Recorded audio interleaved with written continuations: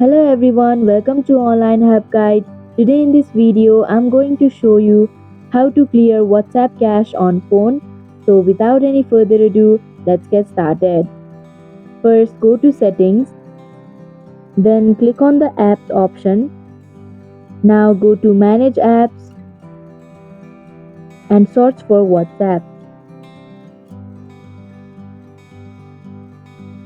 Click on the storage option and click on the eraser icon that says clear data.